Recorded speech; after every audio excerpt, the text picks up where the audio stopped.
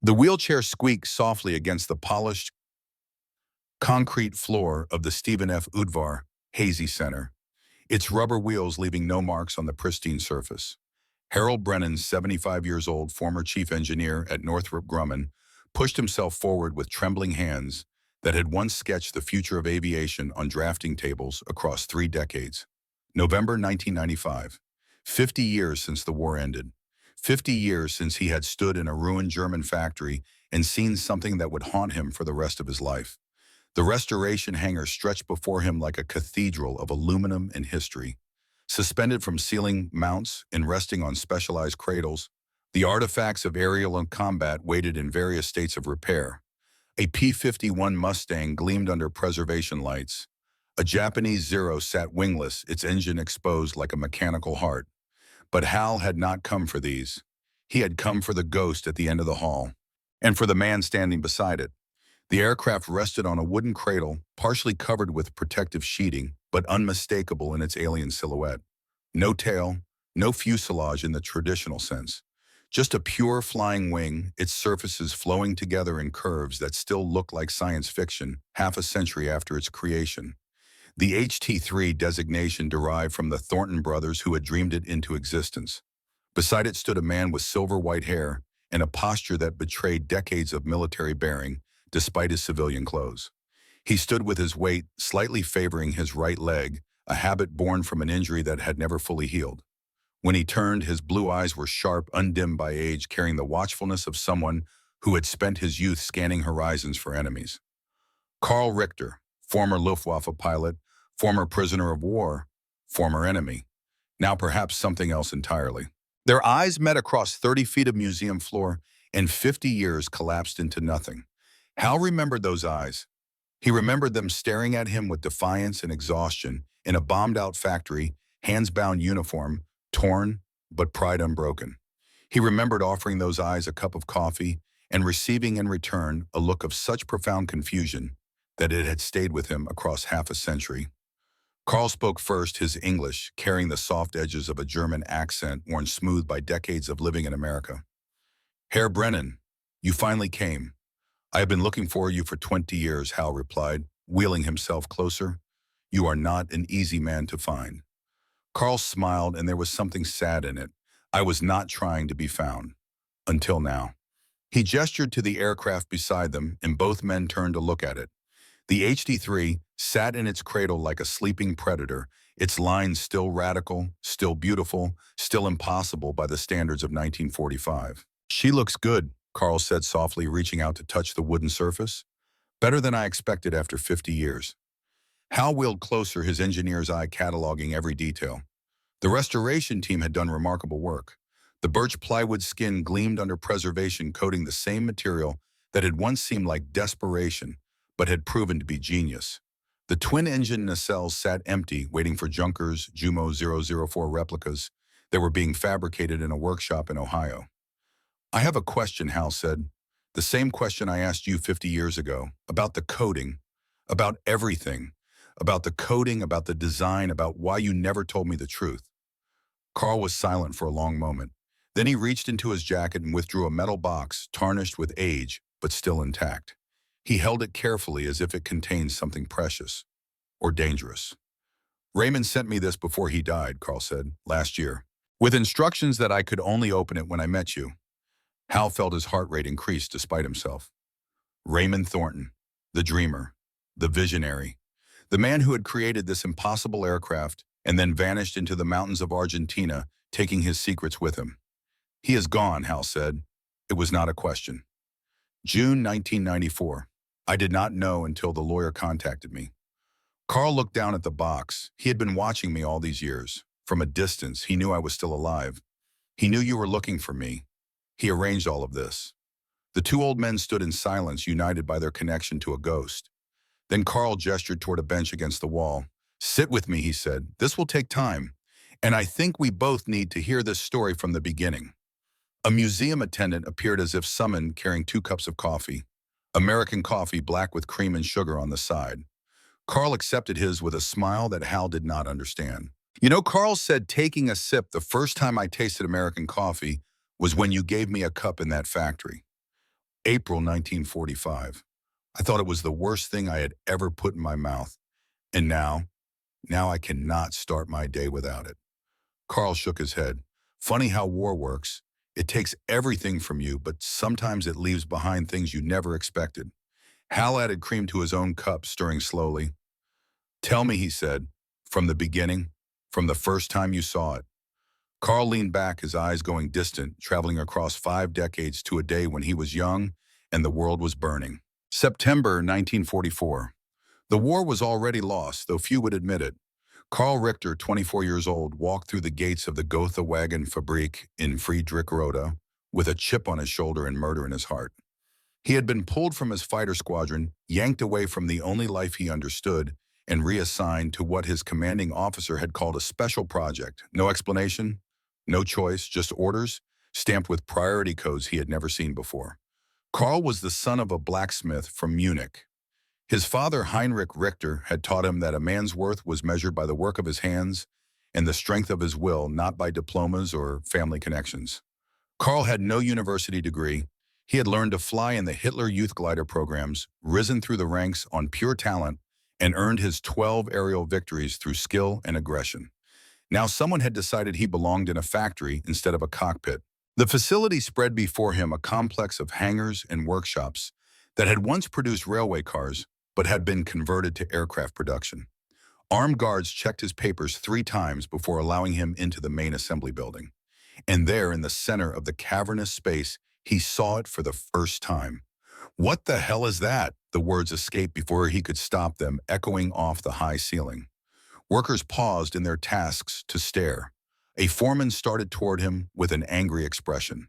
But Karl barely noticed. He could not look away from the thing sitting in the middle of the factory floor. It was an aircraft. At least he thought it was an aircraft. But it was unlike anything he had ever seen or imagined.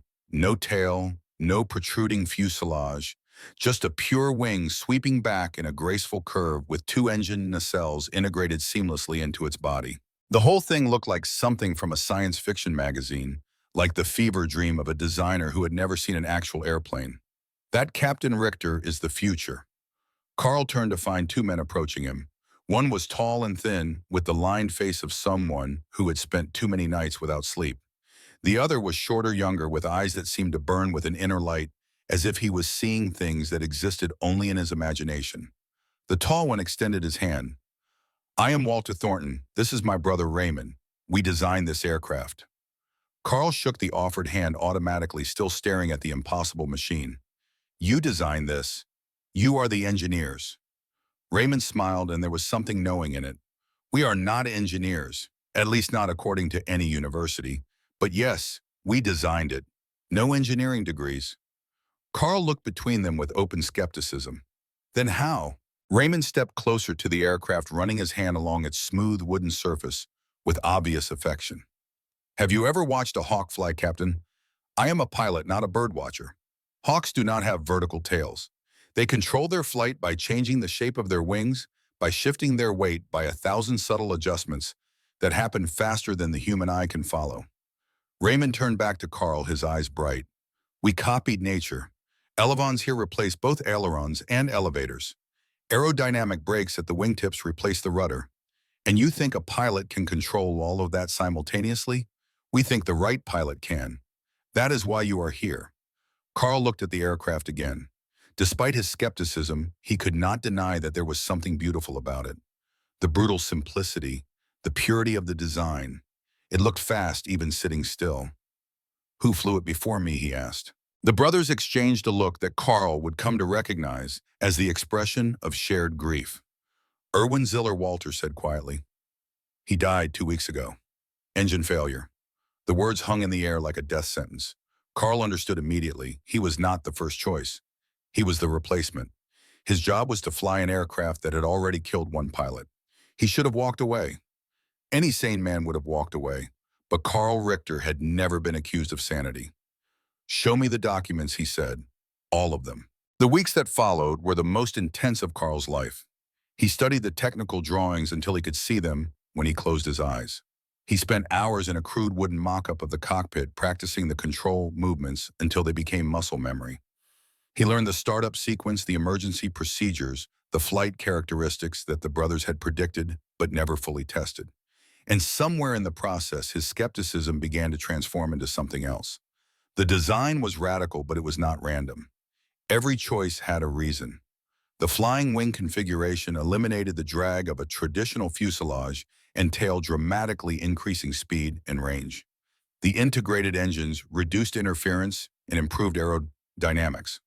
The wooden construction, far from being a desperate substitute for scarce aluminum, offered an excellent strength-to-weight ratio and could be shaped into complex curves that metal could not match. Carl began to understand that the Thornton brothers were not mad. They were visionaries working with inadequate resources in impossible conditions, trying to create something that the rest of the world would not match for decades. He also began to understand that they were hiding something. It happened late one night, 3 weeks into his assignment. Carl could not sleep, his mind racing with flight calculations and control sequences. He wandered the darkened factory, nodding to the night watchman, until he noticed light spilling from Raymond's private workshop. The door was ajar. Carl pushed it open without thinking. Raymond stood hunched over a workbench, mixing something in a metal bowl.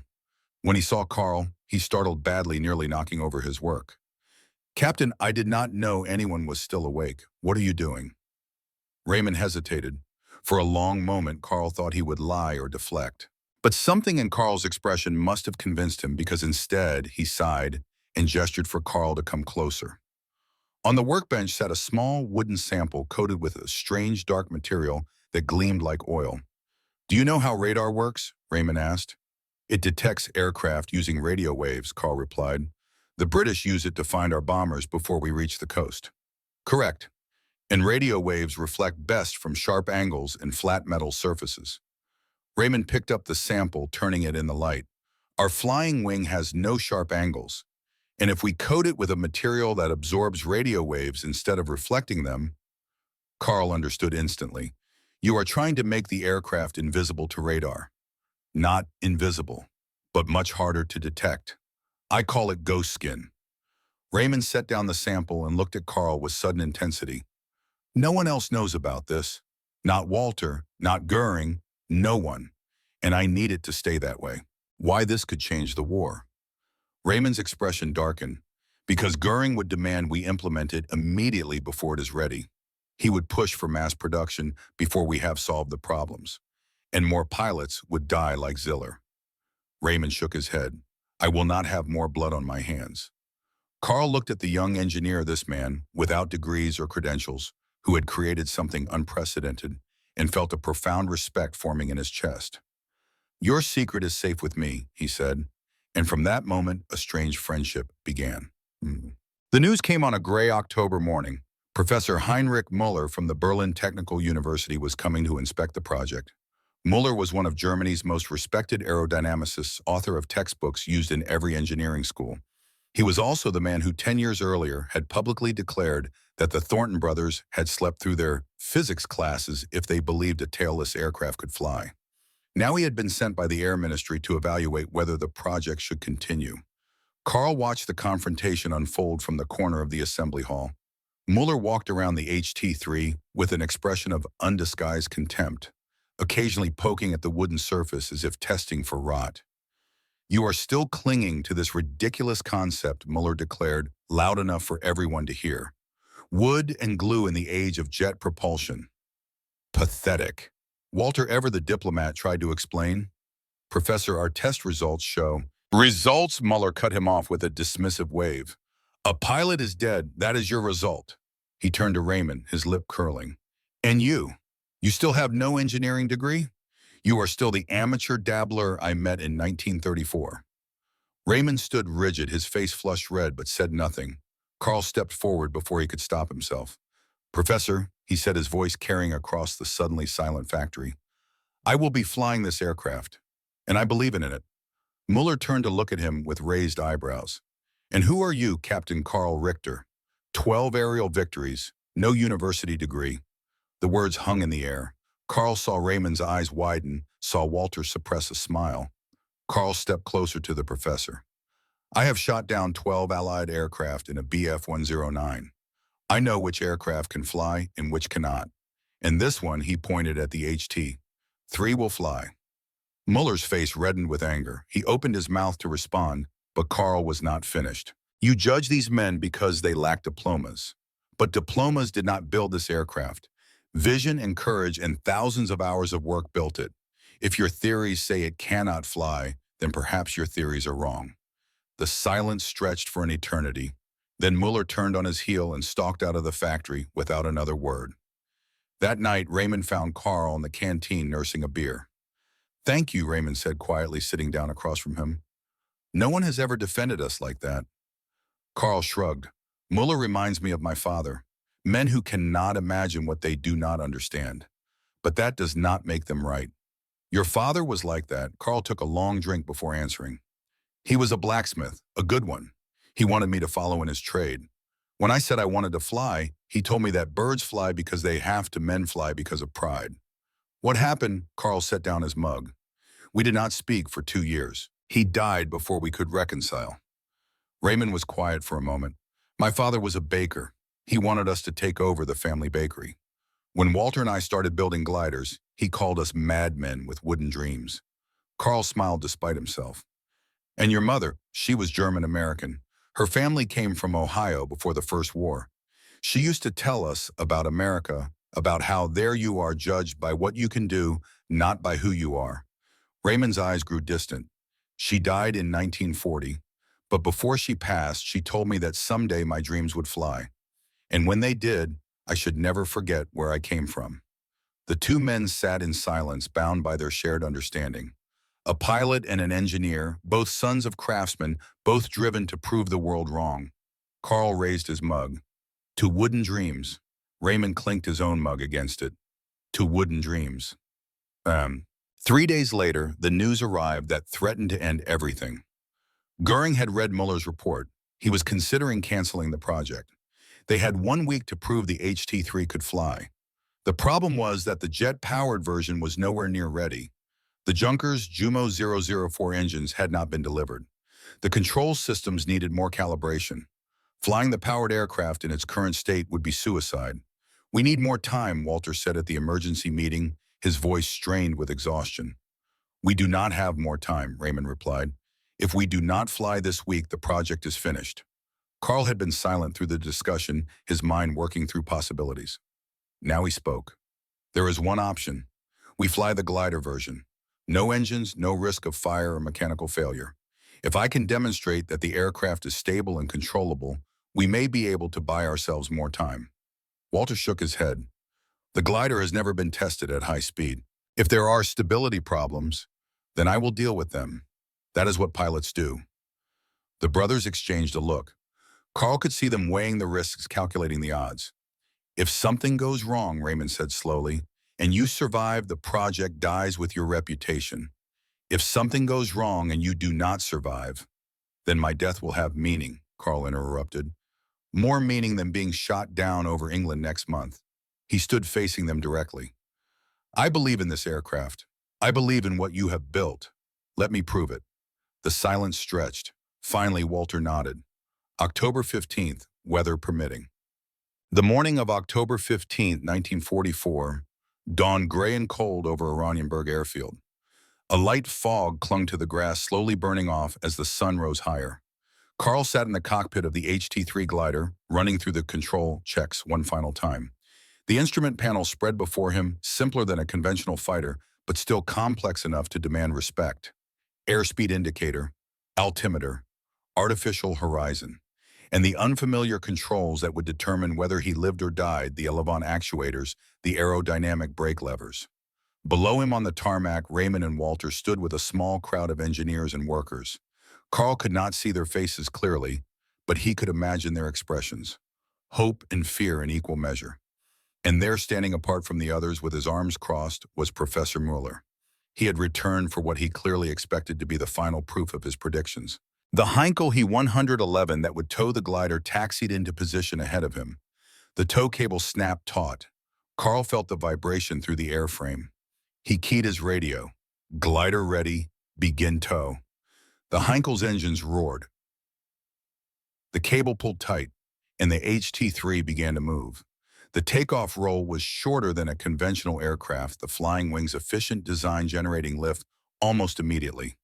At 80 kilometers per hour, Carl felt the wheels leave the ground. He was airborne, climbing behind the tow aircraft into the autumn sky. They spiraled upward through the gray morning, the altimeter needle climbing steadily. 1,000 meters, 1,500, 2,000, 2,500. At 2,500 meters, Carl spoke into his radio again, releasing tow. He pulled the release lever. The cable fell away, and for the first time the HT-3 flew free. The sensation was unlike anything Carl had experienced in nearly 1,000 hours of flight time. The aircraft was alive in a way that conventional planes were not. It responded to the slightest pressure on the controls as if anticipating his intentions. The flying wing moved through the air like a living thing, like the hawk that Raymond had described. Carl began to test the limits. Bank left 30 degrees. The aircraft rolled smoothly, the elevons coordinating perfectly. Bank right 45 degrees. Even smoother. Nose up, nose down, each maneuver more aggressive than the last. On the ground, Muller watched with his jaw tightening. Carl pushed harder. A 60-degree bank that would have made a BF-109 protest. A steep dive that sent the airspeed indicator climbing. And then, almost without thinking about it, he did something that no one had ever attempted in a flying wing. He pulled the nose up hard. The aircraft soared upward, speed bleeding away the horizon, rotating in his vision. Over the top, inverted, and then down the other side, completing a perfect loop. For a moment, the radio crackled with nothing but static. Then Raymond's voice barely containing his emotion. "Carl, did you just tell Muller?" Carl replied, his own voice steady despite his pounding heart, that physics appears to be cooperating today. He landed 20 minutes later, touching down with a gentleness that surprised even him. When he climbed out of the cockpit, his legs were shaking, but he walked straight to where Muller stood frozen. "Professor Carl said, I believe you owe these men an apology." Muller said nothing. His face had gone pale. After a long moment, he turned and walked away without a word. He never returned. That night in the factory canteen, Carl and the Thornton brothers celebrated with beer and sausages, the simple meal tasting like a feast after weeks of tension and fear. Raymond raised his mug. "To Erwin Ziller," he said, his voice thick, "who flew before us and paid the price. We have not forgotten you." The room fell silent. Everyone raised their glasses. "To Ziller." Carl drank deeply, then set down his mug. "Raymond," he said quietly, "I want you to promise me something. Anything. If I die flying this aircraft, do not let it die with me. Finish it. Show the world what you have accomplished." Raymond met his eyes. The younger man's face was solemn. "I promise," he said. Neither of them knew that this promise would take 50 years to fulfill. Back in the museum, 1995. The coffee had grown cold. The restoration hangar had emptied of workers as evening approached. Only Carl and Hal remained, two old men sitting before the ghost of a war that had shaped both their lives. "That was how it began," Carl said. "Two brothers with no degrees, a pilot with no future, and an aircraft that everyone said was impossible." Hal had listened without interruption, his engineer's mind cataloging details, filling in technical gaps, but also feeling something he had not expected. Empathy for the men he had once considered enemies, for the dreams that had driven them. "But you still have not told me about the radar," Putin, Hal said. "About the ghost skin." Carl smiled, the expression carrying decades of kept secrets. "That comes later, in the next part of the story." He looked at the HT-3 sitting in its restoration cradle. "First, you need to understand what happened when we put the engines in. First, you need to understand what we accomplished. And what it cost us." Hal nodded slowly. He had waited 50 years. He could wait a little longer. "Tell me," he said. "Tell me everything." Carl shifted on the museum bench, his leg aching with the phantom memory of old injuries. Outside the restoration hangar, night had fallen over Virginia, but neither man moved to leave. The story demanded completion. Hal waited his coffee long, cold as his notebook forgotten in his lap. He had spent 50 years chasing fragments of this tale. Now he would hear it whole. "The engines arrived in late November," Carl began. Two Junkers Jumo 004B units fresh from the factory. They were beautiful and terrible, those machines. The most advanced jet engines in the world, capable of pushing an aircraft beyond 900 kilometers per hour. and also capable of killing you in a dozen different ways. Carl's eyes went distant, seeing not the museum, but the cramped workshop in Friedrich-Roda, where history had been forged in desperation. November 1944. The twin Jumo engines sat on wooden cradles in the assembly hall, gleaming with factory newness. Carl walked around them, slowly studying the turbine housings, the fuel lines, the exhaust nozzles that would soon breathe fire. Raymond stood beside him, dark circles under his eyes from weeks of sleepless nights. The challenge before them was unprecedented. No one had ever integrated jet engines into a flying wing. Traditional aircraft mounted engines under the wings or in the fuselage, with clear separation between the hot exhaust and the rest of the airframe. The HT-3 had no such luxury. The engines would sit inside the wing itself, their 700-degree exhaust mere centimeters from the wooden structure and fabric-covered control surfaces. "It is like building a fireplace inside a haystack," Carl observed. Raymond laughed, though there was no humor in it. "That is exactly what Professor Mueller said," before he stopped returning our calls. "So how do we not burn ourselves out of the sky?" Raymond led him to a workbench covered with material, samples, drawings, and calculations. He had been working on this problem for months, even before Carl arrived. The solution he had developed was elegant in its complexity. First, the air intakes. Raymond held up a curved piece of hand-forged steel. These funnel air into the engines while creating a barrier between the hot sections and the wing structure. Each one takes a craftsman 3 days to shape correctly. Carl examined the piece. The metalwork was exquisite, more art than engineering. Second, the ducting. The channels that carry air to the engines are lined with metal plates insulated with A-site and fire-resistant putty. Multiple layers, each one absorbing heat before it can reach the wood. And the exhaust, Raymond showed him a cross-section diagram. Double-walled steel shrouds with an air gap between them. The inner wall takes the direct heat. The air gap provides insulation. The outer wall protects the wooden structure. That still seems dangerously close. It is. Raymond picked up a small wooden sample coated with a distinctive green substance. That is why we developed this. Fire-retardant paint. When it contacts flame, it foams and expands, creating an insulating layer that slows combustion. Carl took the sample, turning it over in his hands. The coating felt slightly tacky, almost organic. "We tested it," Raymond continued. "Direct welding torch on treated plywood. Took almost a full minute before the wood began to char. Without the coating, it ignites in seconds." Carl set down the sample. He was beginning to understand the depth of engineering that had gone into this impossible aircraft. Not desperation as he had first assumed. Ingenuity, the kind that came from solving problems that no one else had even attempted. "What about the engines themselves?" he asked. "I have heard stories about the Jumos, short service life, turbine failures." Raymond's expression darkened. "That is our biggest problem, and there is nothing we can do about it," he explained. The Jumo 004 was a marvel of engineering, the first mass-produced jet engine in history, but Germany had lost access to the high-grade nickel and chromium alloys needed for turbine blades.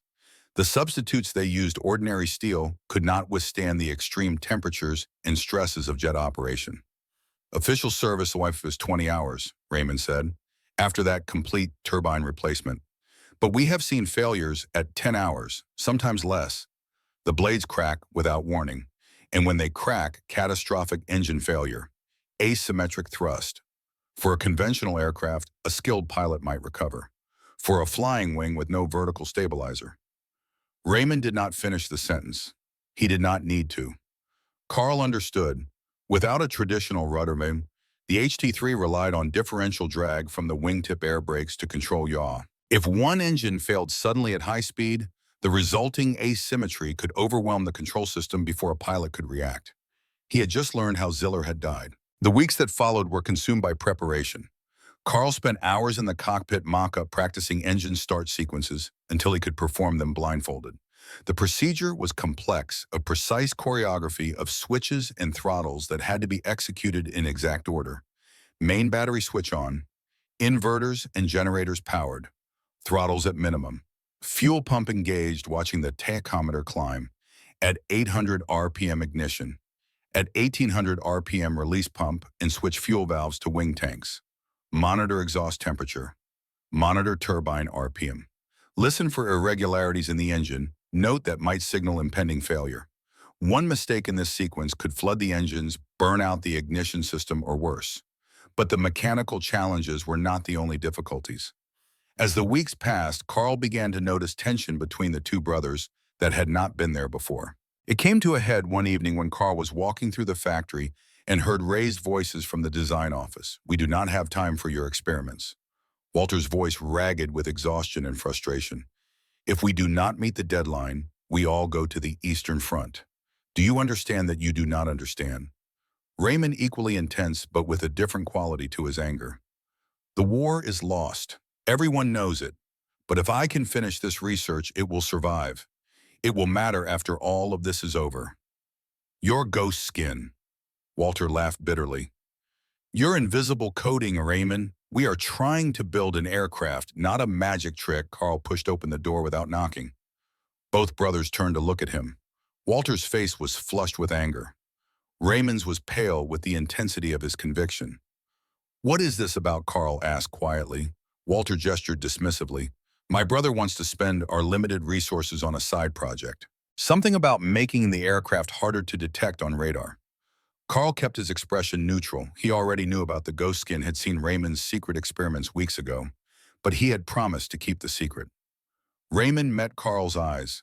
Something passed between them, an understanding that excluded Walter. "It is nothing," Raymond said carefully. "A theoretical concept, nothing that will affect the production schedule." Walter stared at his brother for a long moment. Then he shook his head and turned away. "Fine, but if we fail because you were distracted by fantasies—" "We will not fail," Raymond said quietly. "I promise." After Walter left, Carl closed the door and turned to Raymond. "You need to tell him," Carl said. "He is your brother. He deserves to know." Raymond shook his head. "Walter is a practical man. He sees what is in front of him. If he knew about the ghost skin, he would feel obligated to report it. And then Goering would demand implementation before we are ready. So you carry this alone." "Not alone," Raymond managed a tired smile. "I have you." Carl accepted the burden in silence. He had not asked for this role, to be keeper of secrets, bridge between brothers, pilot of the impossible. But here he was. "I have a suggestion," Carl said. "We divide the work. Walter focuses on production. You continue your research in secret. I will be the connection between you, making sure both efforts move forward." Raymond considered this. "And if we are discovered, then we face it together." For a moment, Raymond's composure cracked, and Carl saw beneath the visionary engineer to the exhausted young man who had been carrying too much for too long. "Thank you," Raymond whispered. "No one has ever. Thank you." The first jet-powered flight was scheduled for February 2nd, 1945. The date had been chosen carefully, allowing time for ground testing of the engine installation, while the winter weather remained stable enough for flying. Carl spent the night before unable to sleep, his mind running through every procedure, every emergency scenario, every way the flight could go wrong. He had survived 47 combat missions, had faced Spitfires and Mustangs with nothing but skill and nerve between him and death. But this was different. This was the unknown. At dawn, he walked to the hangar where the HT-3 sat waiting. The aircraft looked almost alive in the early light, its flowing curves suggesting speed even at rest. The twin-engine nacelles were sealed now, the Jumos hidden within, waiting to roar. Raymond and Walter were already there, along with a small crowd of engineers and technicians. Everyone knew what this day meant. Success could change the course of the war, or at least secure the project's future. Failure could mean death for Carl and the end of everything they had worked for. Carl climbed into the cockpit without ceremony. The familiar smell of wood and aviation fuel surrounded him. He settled into the seat, adjusted his harness, and began the startup sequence. Main battery, on. Inverters, on. Fuel pump, engaged.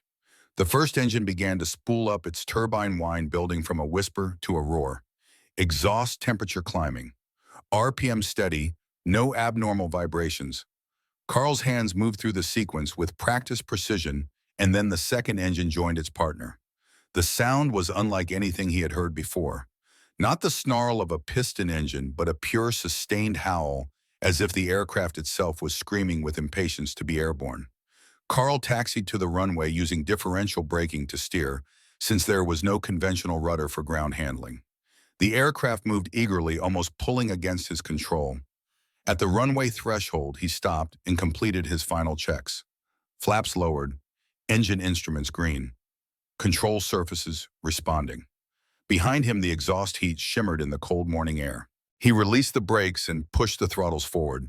The acceleration was savage, pressing him back into his seat with a force that no piston aircraft could match. The runway markings blurred past faster and faster. At 150 kilometers per hour, he pulled back on the stick. The elevons responded instantly. The nose rose, and the HT-3 left the ground after a roll of only 400 meters, barely half what a conventional fighter required. Carl retracted the landing gear, immediately feeling the slight bump as the wheels folded into their wells. The hydraulic doors closed, sealing the underside into a perfectly smooth surface. The aircraft seemed to leap forward as the last source of drag disappeared. In minutes, he was passing 600 kilometers per hour, faster than he had ever flown.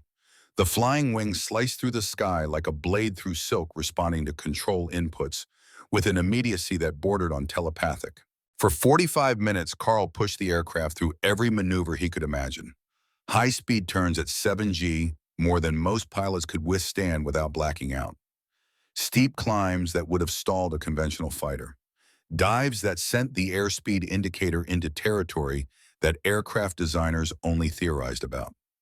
The HT-3 handled all of it without complaint.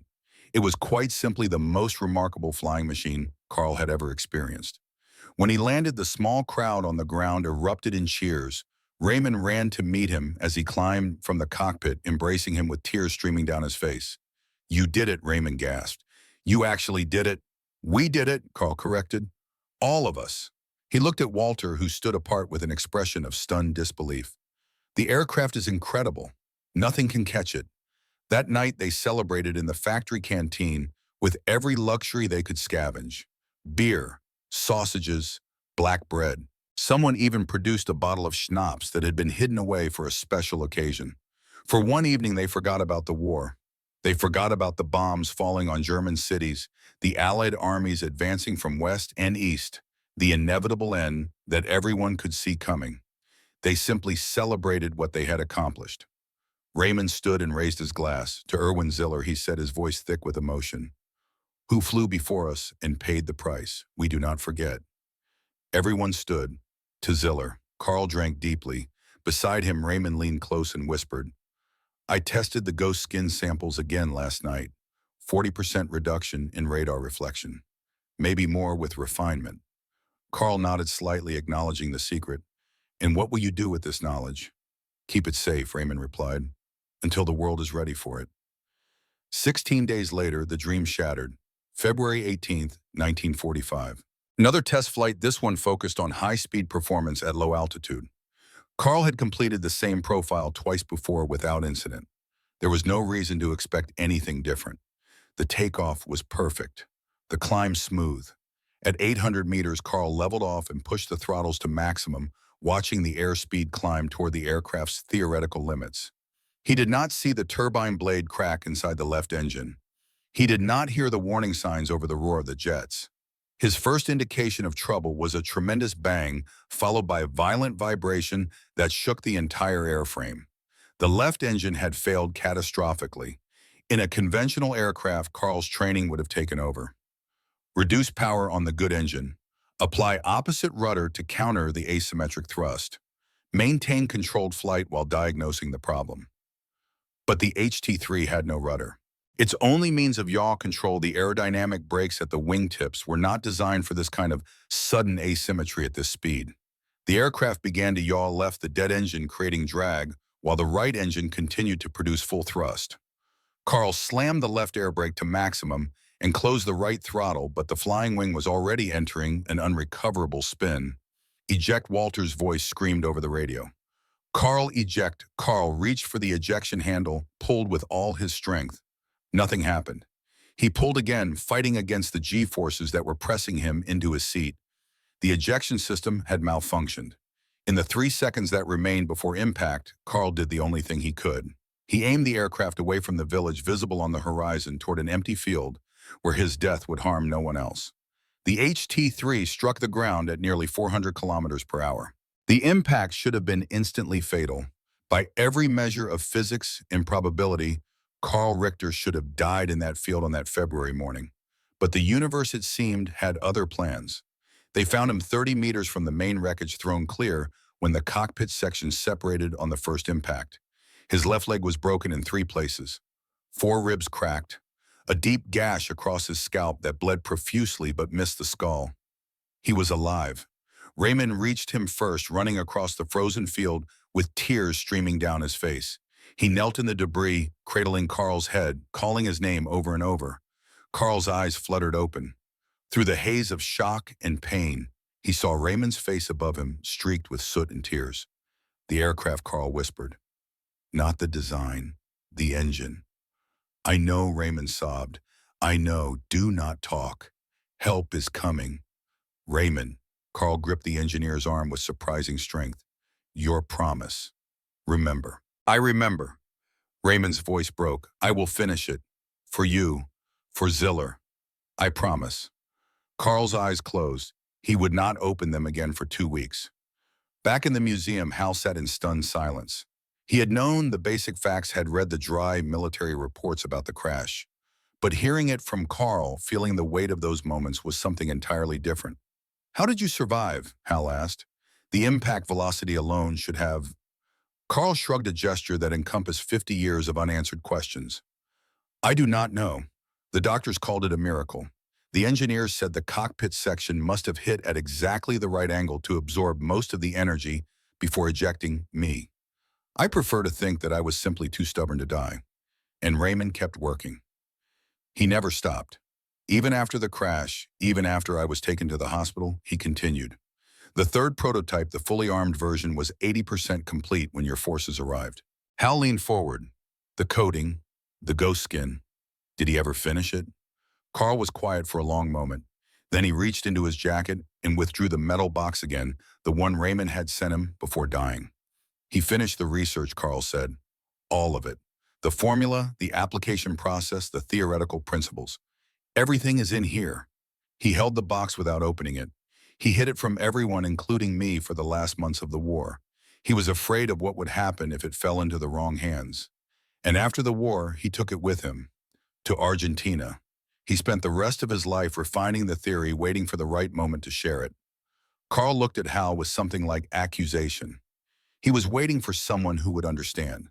Someone who would use it for peace instead of war. The words hung between them.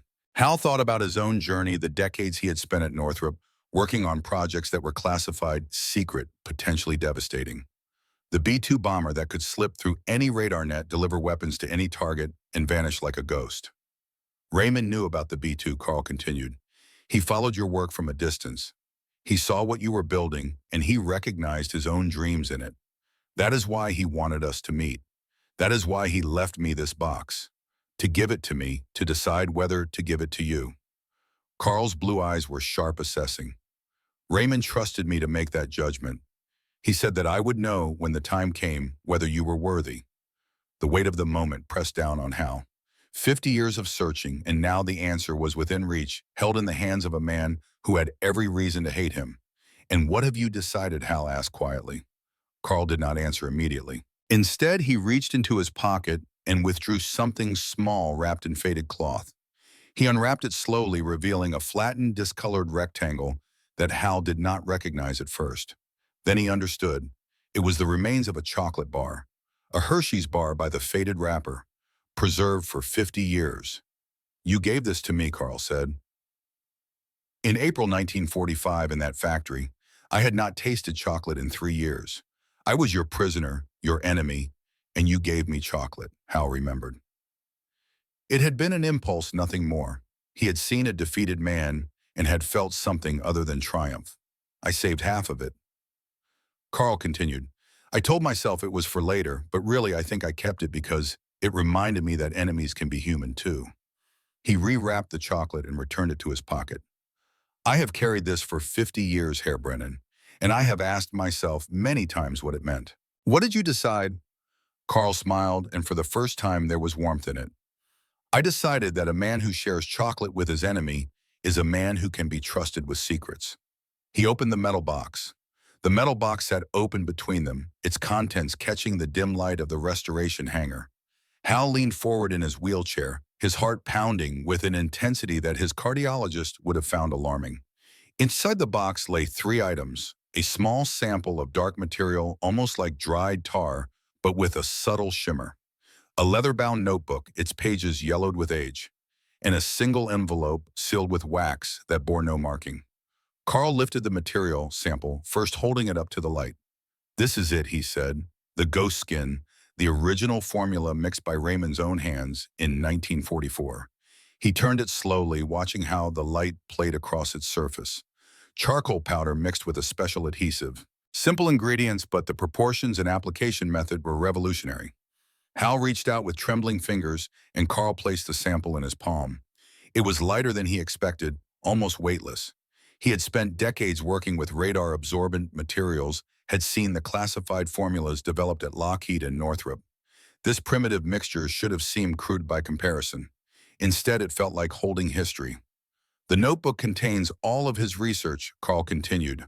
"Calculations, diagrams, test results. Everything he learned in those final months of the war, and everything he continued to develop in Argentina." Hal set down the sample and took the notebook with the reverence of a scholar handling an ancient manuscript. The pages were filled with precise handwriting in German, interspersed with mathematical formulas and technical drawings. He could not read the language fluently, but he recognized the diagrams. Wave propagation patterns, reflection coefficients, absorption spectra. Raymond had understood. 50 years before stealth technology became a reality, working with nothing but basic physics and intuition, he had understood. "This is remarkable," Hal whispered. "He figured out the principles without any of the tools we had. No computer modeling, no anechoic chambers, just pure theoretical reasoning." Carl nodded. He was a genius, not the kind that universities recognize, but the kind that changes the world. He paused. "The letter is for you." Hal looked at the sealed envelope. His name was written on the front in the same precise hand that filled the notebook. Harold Brennan. Nothing else. He broke the seal, carefully unfolded the single page within, and began to read. "Dear Mr. Brennan, if you are reading this letter, it means that Carl has judged you worthy of my trust. I have never met you, but I feel that I know you. I have followed your career from afar, watched you rise through the ranks at Northrop, seen your name attached to projects that push the boundaries of what is possible. You are a seeker, Mr. Brennan, like me, like my brother Walter, like Carl. You cannot rest until you understand how things work, until you have peeled back every layer of mystery and exposed the truth beneath.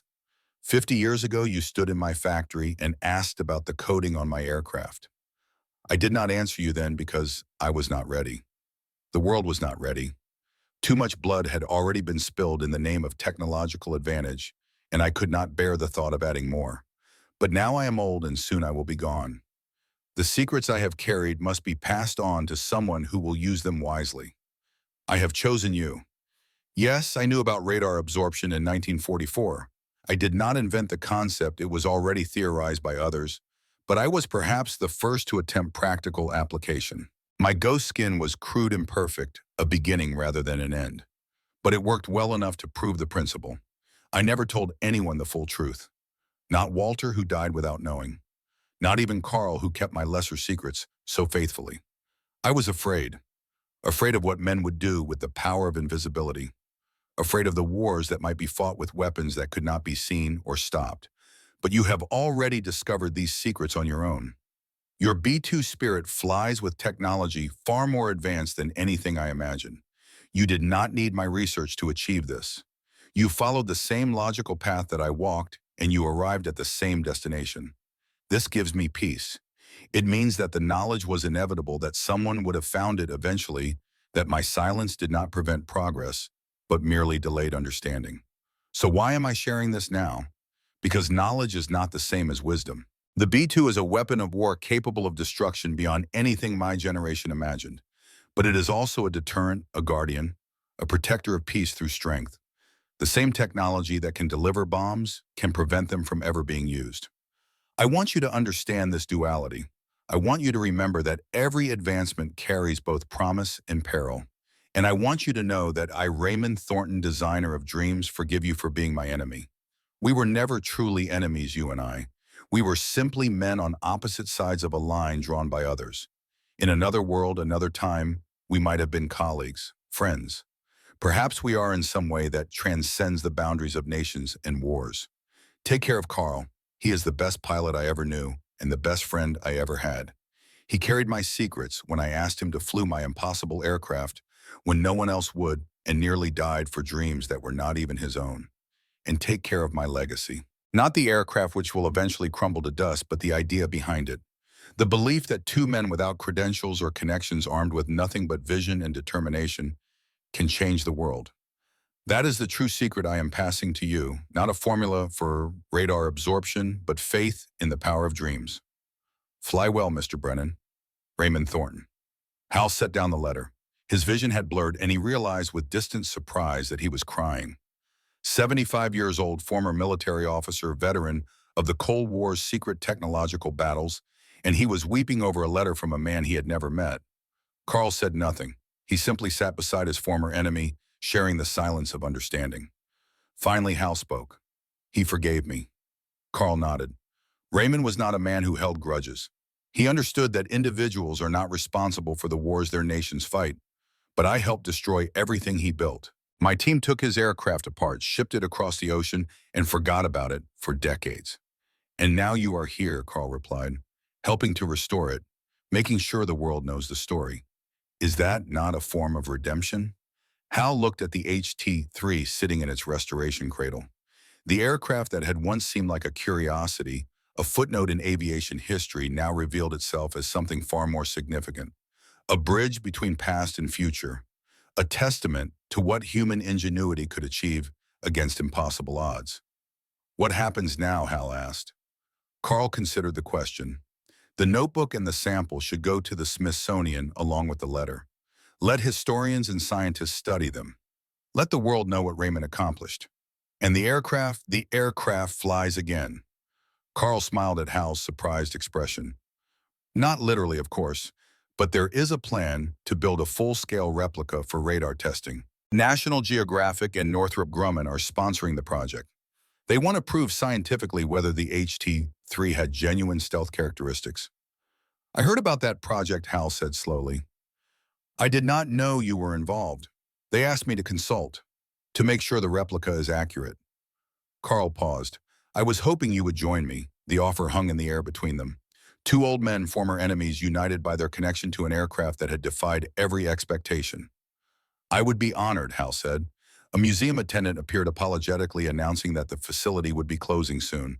But before leaving, she mentioned that dinner was available in the staff cafeteria if the gentlemen were interested. Carl turned to Hal with a slight smile. They have bacon and eggs tonight, the classic American breakfast served at dinner. Hal laughed, the sound surprising him with its warmth. I could eat. They made their way through the quiet museum, past the silent aircraft that represented a century of human flight. Carl walked slowly, favoring his right leg, while Hal wheeled himself alongside. Two old warriors, their battles long behind them, finding unexpected companionship in shared history. The cafeteria was nearly empty, staffed by a single cook who seemed pleased to have customers. He prepared their plates with generous portions of crispy, bacon-scrambled eggs, buttered toast, and strong black coffee, with cream and sugar on the side. Carl looked at his plate with something like wonder. Do you know, he said, the first time I ate American bacon was in a prisoner of war camp in Bavaria. Summer of 1946. One of the guards, a young man from Kansas, shared his breakfast with me. Hal paused with his fork halfway to his mouth. Why? Carl shrugged. I asked him the same question. He said his mother had taught him that food tastes better when you share it with someone, even if that someone used to be your enemy. And what did you think of American bacon? Carl took a bite, chewing thoughtfully. I thought it was too crispy, too salty, and completely delicious. He smiled. Some things never change. They ate in companionable silence for a while, two men from different worlds finding common ground over a simple meal. The bacon was indeed crispy, the eggs perfectly scrambled, the coffee strong enough to keep them talking for hours. Tell me about the years after the war, Hal said eventually. What happened to you?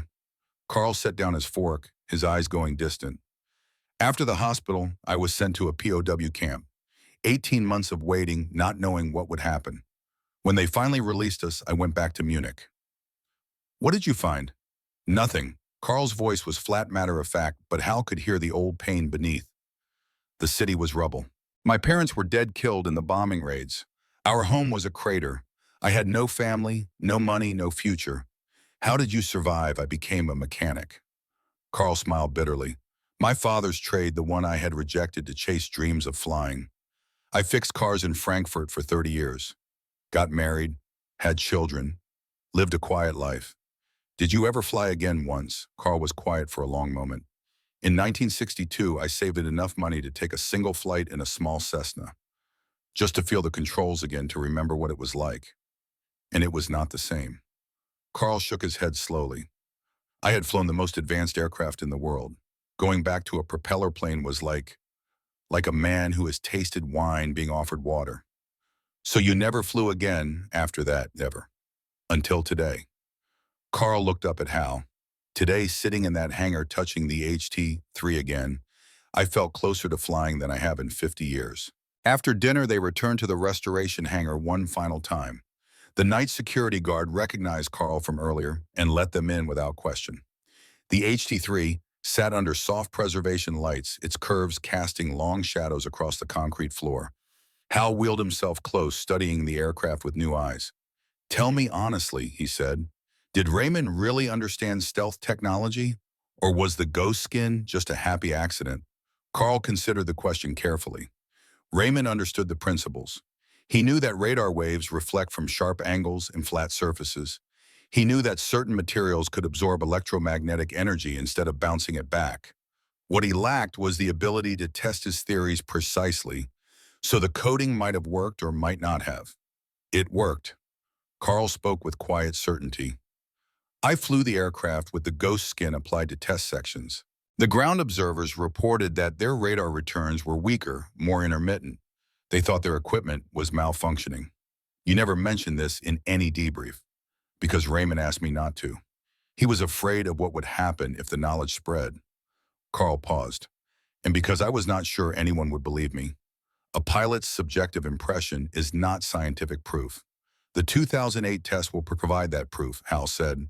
If the replica shows genuine stealth characteristics, then Raymond will finally receive the recognition he deserves.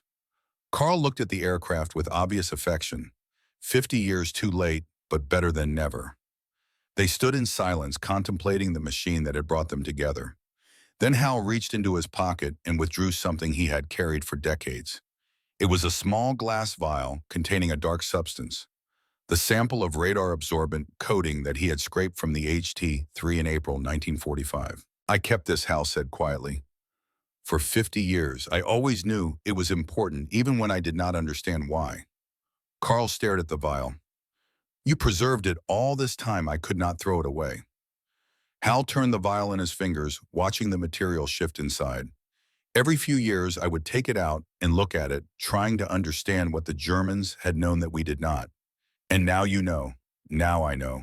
Hal handed the vial to Carl. This belongs with Raymond's collection, with the original samples and the notebook. The whole story should be told together.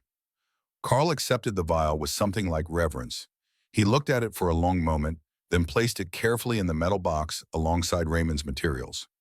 2 samples of the same substance, he said. One preserved by the creator, one by his enemy, both kept safe for 50 years. He shook his head slowly. Raymond would have appreciated the symmetry. It was nearly midnight when they finally prepared to leave. The security guard had long since given up checking on them, trusting that 2 elderly gentlemen posed no threat to the aircraft collection. Carl helped Hal with his coat, a simple gesture that carried surprising weight. Enemies did not help each other dress against the cold. Friends did. I have a confession, Hal said as they made their way toward the exit. When I started searching for you, I was not looking for friendship. I was looking for answers. Professional curiosity, nothing more. And now I think Raymond was wiser than either of us. Hal stopped his wheelchair and looked up at Carl. He wanted us to meet not just to transfer information, but to complete a circle, to show that the divisions of war do not have to last forever. Carl nodded slowly. When I received his letter last year asking me to keep the box until you found me, I was angry. I thought he was using me, manipulating me from beyond the grave. What changed your mind? Coming here, seeing the aircraft again, remembering what we built together and what it cost us. Carl's eyes glistened in the dim light. Raymond understood something that I did not. He understood that legacy is not about individual achievement. It is about connection, about passing knowledge from one generation to the next, from one former enemy to another. They reached the exit doors. Outside, the November night was cold and clear, the stars visible even through the light pollution of the nearby city. "What will you do now?" Carl asked. Hal considered the question. "I will go home to California. I will write up everything I have learned and make sure it gets to the right historians. And I will make sure I am here for the radar testing when the replica is complete. And after that, Hal smiled, "I am 75 years old with a bad heart and worse knees. After that, I will probably die, but at least I will die knowing the truth." Carl laughed, a genuine sound of amusement. "You Americans, always so dramatic," says the German who survived a 400-kilometer-per-hour crash. Fair point. They shook hands, then moved by an impulse neither fully understood, embraced briefly. Two old men who had been enemies, prisoners, strangers, and now finally friends. "I will see you at the testing," Carl said, "assuming we both live that long." "We will live," Hal replied. "We have unfinished business with a flying wing." The years that followed moved with the peculiar swiftness of late life. Hal returned to California, wrote extensively about his discoveries, and consulted on the HT-3 replica project from a distance. Carl remained in Virginia, working closely with the restoration and reconstruction teams, ensuring that every detail matched his memories of the original. They spoke weekly by telephone, a ritual that neither would have predicted when they first met as enemies in 1945. Their conversations ranged from technical details to personal memories, from wartime experiences to grandchildren's accomplishments. The friendship that Raymond had envisioned slowly became reality. The replica was completed in 2007, built using authentic 1940s materials and techniques. It was a faithful recreation, from the birch plywood skin to the steel engine nacelles to the distinctive green fire-retardant coating. And following Carl's careful instructions, the ghost skin was applied to designated test sections, mixed according to Raymond's original formula. The radar testing took place in early 2008 at a specialized facility operated by Northrop Grumman. The replica HT-3 was mounted on a rotating pedestal inside an anechoic chamber surrounded by radar emitters and receivers that would measure its electromagnetic signature from every angle. Hal was there, 88 years old now, confined to a motorized wheelchair, but mentally sharp as ever. Carl stood beside him, 87, walking with a cane, but refusing to sit. The test technicians ran their equipment, recording data that would be analyzed for months afterward. But the preliminary results were available almost immediately, displayed on monitors that both old men could barely see without their glasses. 20 to 25% reduction in radar cross-section compared to conventional aircraft of the same era, the lead engineer announced, primarily due to the flying wing configuration and lack of angular surfaces. The sections with the ghost skin coating showed additional reduction of approximately 15%. Carl translated the technical language for anyone who might not understand. It was not invisible, but it was significantly harder to detect than anything else flying in 1945. Hal nodded slowly. Raymond was right. Raymond was always right. Carl's voice was thick with emotion. "We were just too blind to see it." The final report, published 6 months later, concluded that the HT-3, while not a stealth aircraft by modern standards, possessed inherent radar-reducing characteristics that would not be deliberately exploited for another 50 years. The ghost skin formula, while primitive, demonstrated a genuine understanding of radar absorption principles that predated official stealth research by decades. Raymond Thornton, the report noted, may have been the first person to intentionally design an aircraft with reduced radar observability. Hal died in the spring of 2010 peacefully in his sleep at his home in Pasadena. His will specified that his collection of HT-3 materials, including the sample he had kept for 50 years, should be donated to the Smithsonian. He also left instructions for a specific display arrangement. The original HT-3, fully restored, should be positioned adjacent to a B-2 Spirit bomber with explanatory materials detailing the connection between the two aircraft. And beside them, in a small glass case, should be placed two items: a coffee cup and a Hershey's chocolate bar. The museum curators were puzzled by this request until they read the accompanying documentation.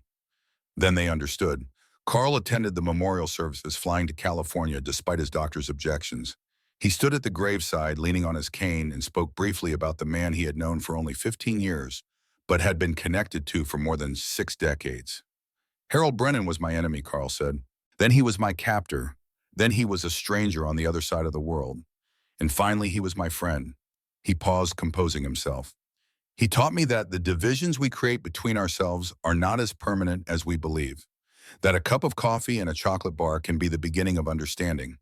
That enemies can become friends if they are willing to try to. Carl died 3 years later in 2013, surrounded by his children and grandchildren. His will specified that his remains should be cremated and a portion of the ashes scattered near the site of his 1945 crash in the field where he should have died but somehow did not. His family honored the request, traveling to Germany for a small private ceremony.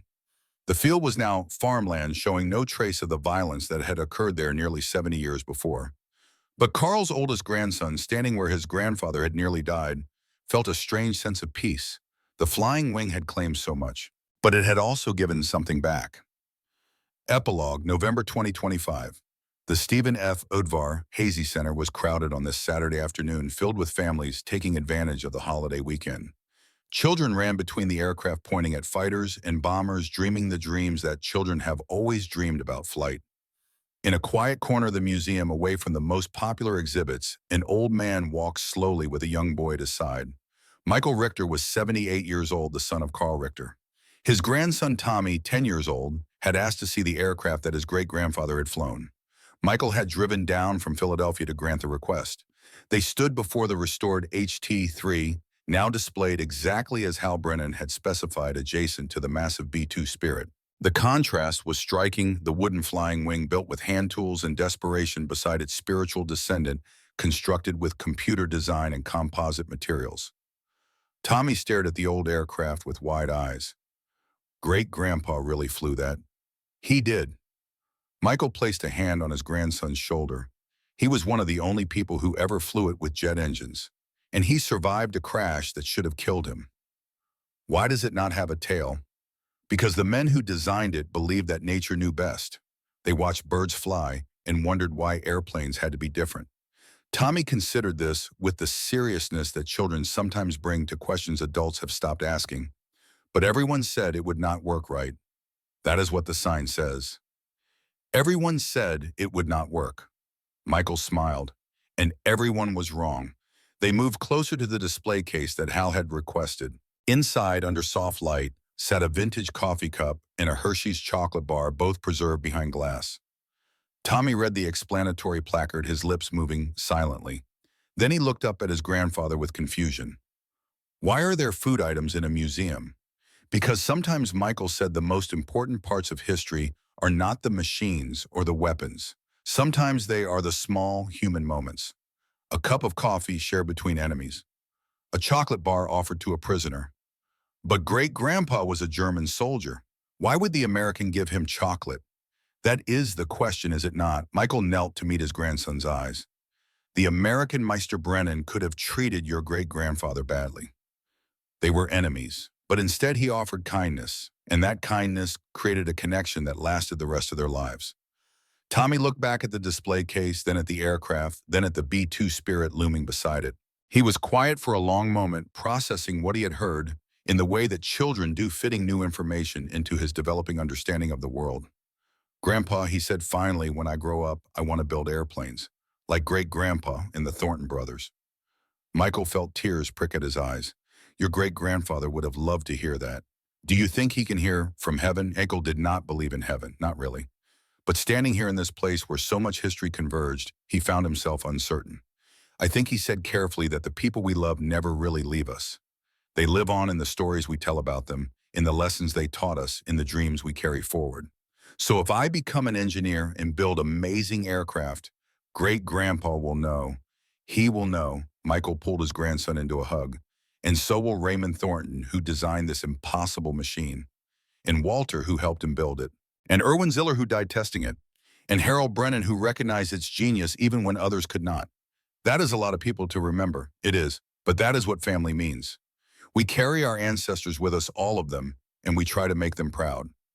They stood together for a while longer, grandfather and grandson, looking at the aircraft that had connected 4 generations. The flying wing sat in its display, patient and eternal, waiting for the next person to hear its story and carry it forward. Outside, the sun was setting over Virginia, painting the sky in shades of orange and gold. Somewhere above, invisible to radar and silent as ghosts, 2 spirits might be flying their endless patrols, protecting a peace that their spiritual ancestor had helped to inspire. The dream of the flying wing continued, and somewhere perhaps Raymond Thornton smiled.